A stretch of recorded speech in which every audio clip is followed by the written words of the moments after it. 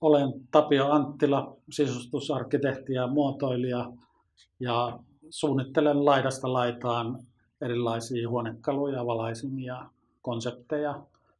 Ideat tulee niin kuin aika monesta suunnasta, että ei ole yhtä lähdettä, mistä niitä pulppua, ja metsä ei ole se tässä tapauksessa semmoinen, että se on enemmän tyhjentymispaikka, eli mä aika pitkälle niin kuin ihmisten kanssa juttelen, jälleenmyyjien, tämän alan ammattilaisten, kuluttajien jopa, ja poimin sieltä semmoisia aukkoja tarjonnassa ja yritän täyttää niitä omalla suunnittelulla ja pyrin ratkaisemaan ihmisten ongelmia arjessa ja sitä kautta saan tämmöistä pohjaa tälle suunnittelulle. Ja sitten se varsinainen viimeistely, se suunnittelu, niin en mä osaa sanoa, mistä se tulee. Se tulee jostain tuolta ylhäältä.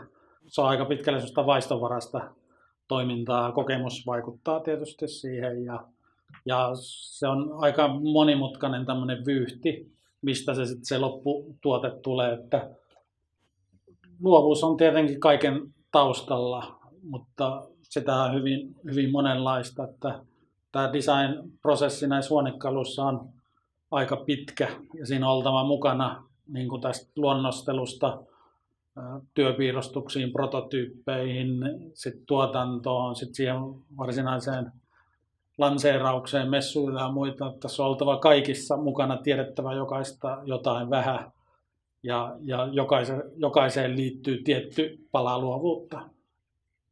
Funktionaalisuus on, vaikka se on vähän kulunut sana, niin on mulla yksi semmoinen johtotähti, mutta mä oon ehkä yrittänyt hakea semmoisia omia ratkaisuja siihen. Mulla on paljon semmoisia tuotteita, jotka on hyvin funktionaalisia ja se koko muotoilu niin kun tausta tulee siitä.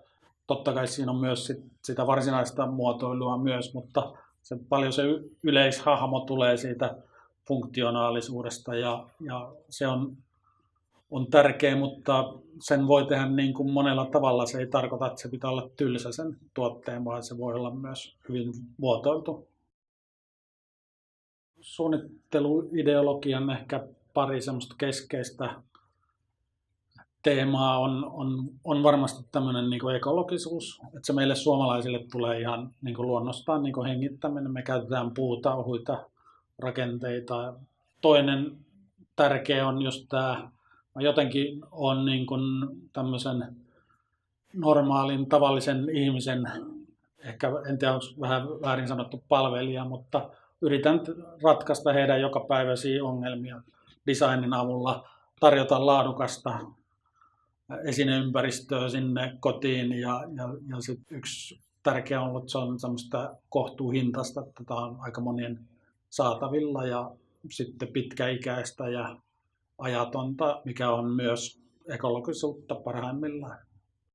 Puu on mulle tärkeä materiaali siinä mielessä, että ensinnäkin se on ekologinen aina. Kaikki mitä tehdään puusta on ekologista. Se toimii hiilinieluna ja niin edelleen, mutta siihen liittyy myös tämmöinen niin kuin inhimillisyys ja joku perinne ja semmoinen lämpö. Eli jos mä pistän käden muoviselle käden sijalle tai puiselle silmät kiinni, niin mä valitsen todennäköisesti sen puisen.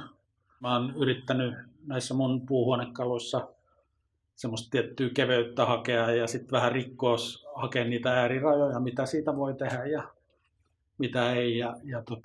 Sen aika nopeasti huomaa, mitä siitä ei voi tehdä, että on tullut semmoisiakin tuotteita tehtyä. Suomalaisena muotoilijana mä niin kuin teen luonnostaan jotain tämmöistä niin kuin suomalaista skandinaavista muotokieltä, mutta tänä päivänä nämä asiat on globalisoitunut itse asiassa aika paljon. Kansainvälistyminen, se on oikeastaan ainut vaihtoehto, että jos haluaa tehdä tätä työtä isosti, koska Suomen markkinat on vaan hyvin pienet ja huonekalusuunnittelijat pääsääntöisesti elää rojaltilla, niin se tarkoittaa sitä, että ne markkinat vetää tietyn verran ja sä pystyt suunnittelemaan sinne tietyn verran ja tietysti sun palkka muodostuu siitä tietyn kokoiseksi, että jos sä haluat kasvaa, niin on mentävä ulkomaille